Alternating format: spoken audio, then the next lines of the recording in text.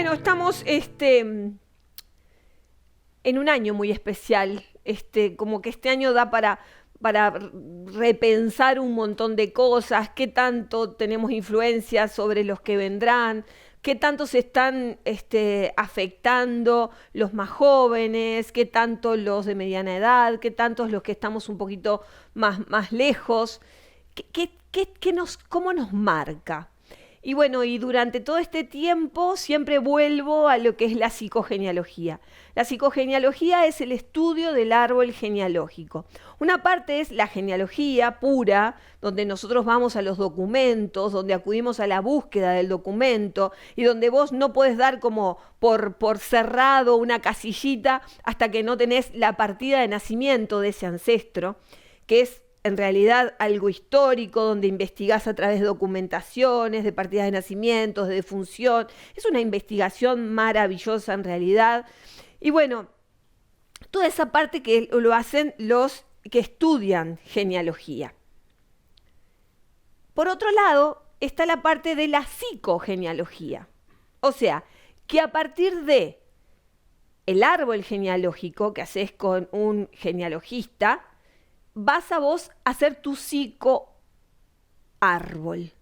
O sea, ¿qué tanta influencia tuvo esos ancestros en tu vida? O sea, ¿cómo te afectaron esos ancestros en tu vida? Porque nosotros nos tenemos que dar cuenta que nosotros estamos afectando la vida de los que vendrán. Para bien o para mal, pero la estamos afectando, la estamos generando. Generamos la de nuestros hijos, generamos la de nuestros nietos, generamos la de nuestros bisnietos. Por eso, cuando hablamos de tener un árbol medianamente completo, pensamos en por lo menos las 3 generaciones que están antes que vos. Sos vos, 4ª generación, tercera generación, ponele, tus padres, tus abuelos y tus bisabuelos. Por lo menos tenemos que aspirar a tener ese recuadro armado. Que en realidad cuando vos empezás a hacer genealogía, bueno, ese recuadro queda allá abajo y vos seguís avanzando y después te encanta y te fascina y bueno, y seguís investigando. ¿Para qué investigar en nuestros ancestros? Porque la realidad de nuestros ancestros tiene mucha influencia sobre nuestra realidad.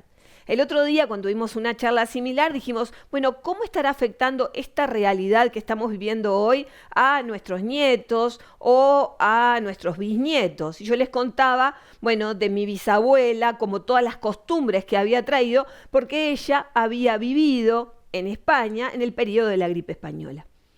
Entonces, ¿cuántas costumbres tenían que a mí me quedaron impresas? Porque realmente hay cosas que hoy por hoy te dicen, bueno, los zapatos, el lavado de manos, lávate las manos antes de comer, no hagas esto, no hagas el otro. O sea, era todo un montón de precauciones que ella tenía, que realmente ahora la estamos usando. O sea, volvemos a usarla, porque son esas costumbres que nos van quedando. Que de repente, bueno, esto era una cosa muy, en realidad, simple, frente a otras que van como muy pesadas. ¿Qué tanto afecta, por ejemplo, una muerte, un suicidio? ¿Qué tanto afecta un abuso? ¿Qué tanto afecta una estafa, una mentira, un ocultamiento, un hijo que es de alguien y que no es?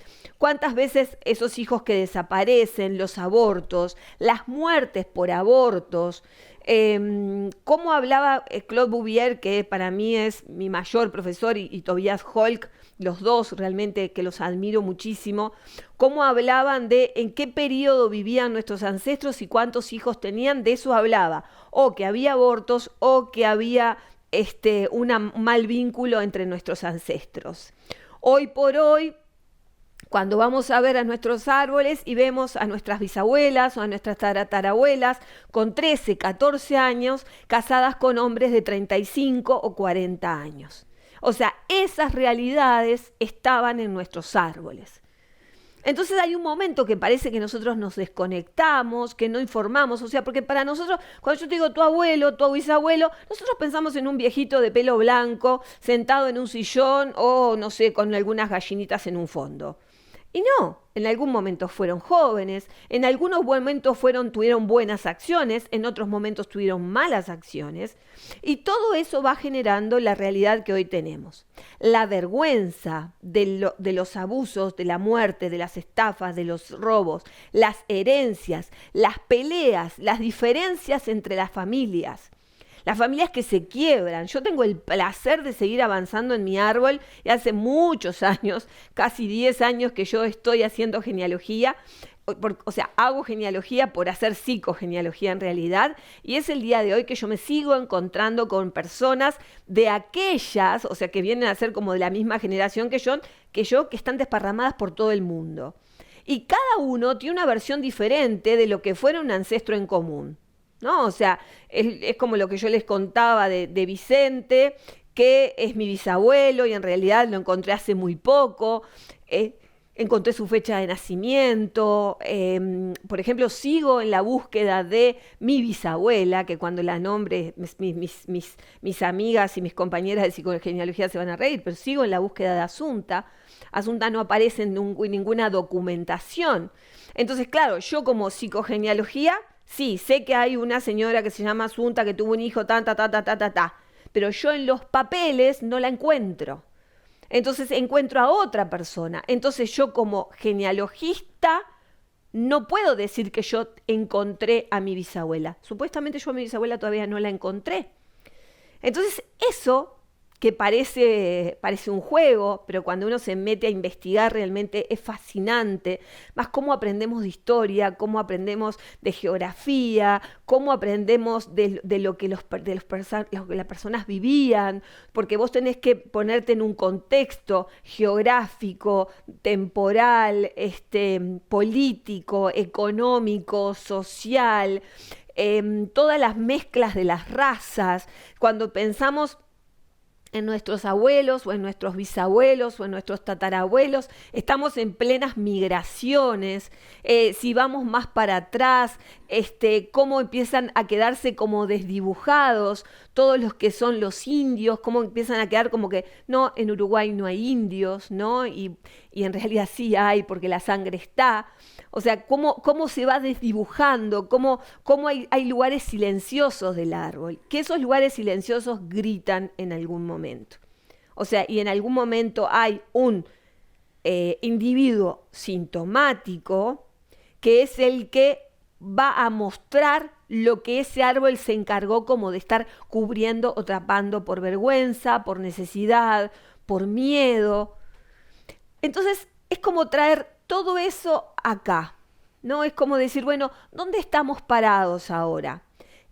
Estamos en una realidad bien importante, bien intensa este 2020, que sin duda nos va a marcar, porque hoy justamente comentábamos con el equipo, ¿no?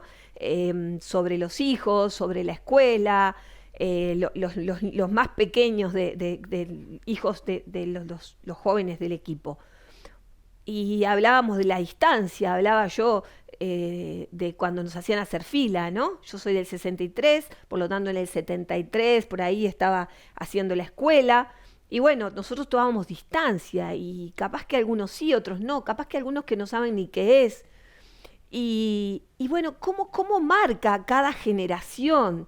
Y cómo entender algunos comportamientos de determinadas personas, porque fueron como criados en determinados contextos.